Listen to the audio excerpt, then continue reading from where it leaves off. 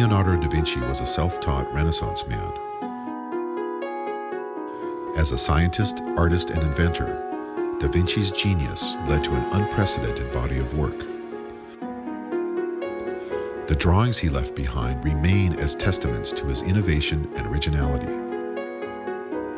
One of da Vinci's main inhibitions was the lack of materials he needed to transform his concepts into reality. Jacque Fresco is also a self-taught scientist, architect, and inventor. For his entire life, he has been deeply committed to investigation, insight, and innovation. A prolific creator and builder, Jacque has been redesigning our entire culture for most of his life. While da Vinci needed advanced materials, Fresco has lacked access to the social and political resources needed to realize his most far-reaching ideas.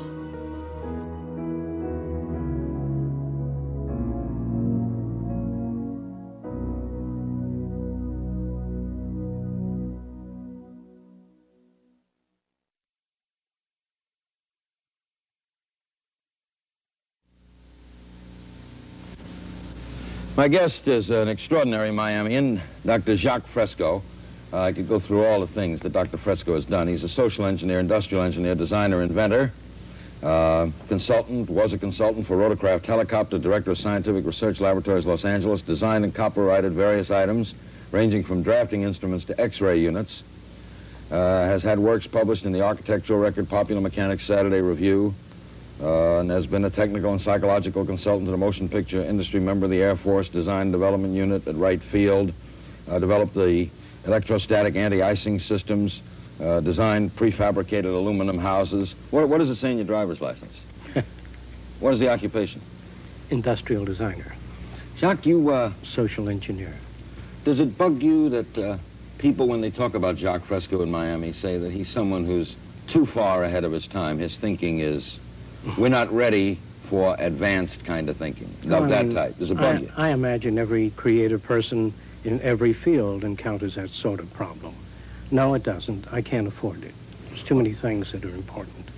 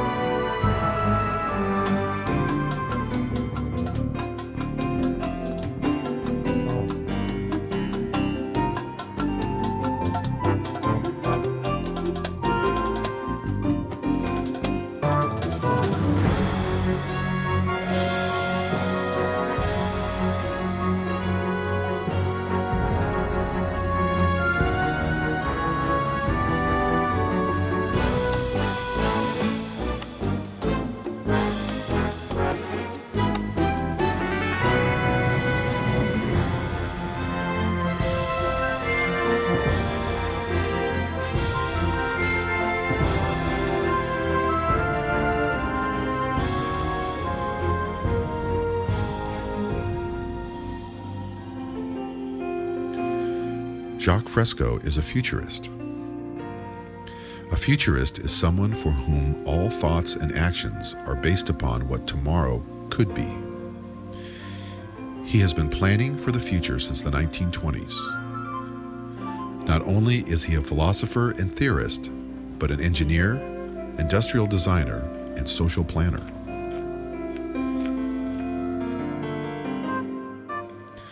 As a multidisciplinarian, he has studied everything from theology to behaviorism, and from biology to the material sciences. Jacque Fresco doesn't want to just talk about what today will be like tomorrow. He has a plan to build an entire new world from the ground up.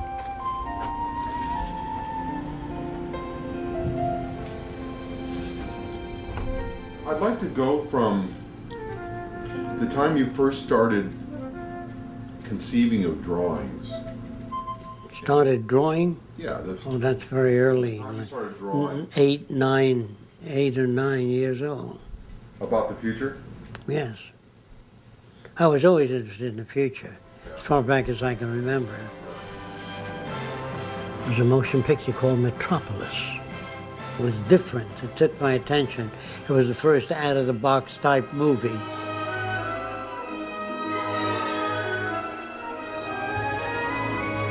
It depicted the future as a regimented system, which was totally unacceptable. But the architecture was interesting and the robotics in that film were interesting.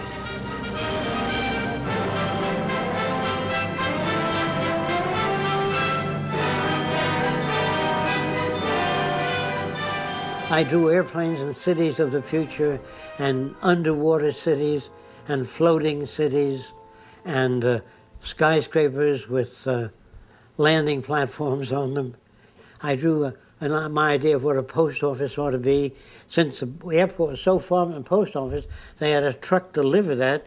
I figured, here's the long post office, but why couldn't we land on top, pick up the mail directly, and fly onward? So I would draw landing platforms on the rooftops of buildings, slightly angular, so the airplane didn't have trouble landing, because it couldn't be as long, but it would be slowed up by the incline. But then takeoff, they would go in reverse.